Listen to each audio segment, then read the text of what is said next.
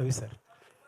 And Upendra గారు, నేను first నాకు తెలిసి ఏ సినిమా చూశాను, తర్వాత ఓం అనేది తర్వాతే డబ్బైనట్టు, తర్వాతే డైరెక్ట్ చేసినట్టు నాకు తెలుసు.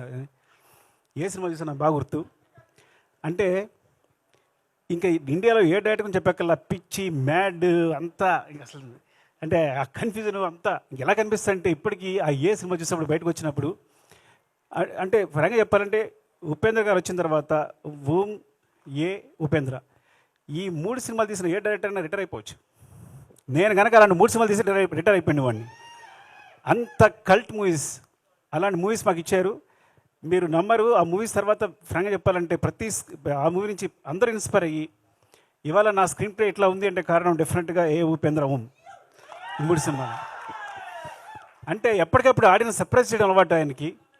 నేను ఆ విషయాన్ని మీ దగ్గర నుంచి దొంగలించాను, తస్కరించాను, ఏమనాలి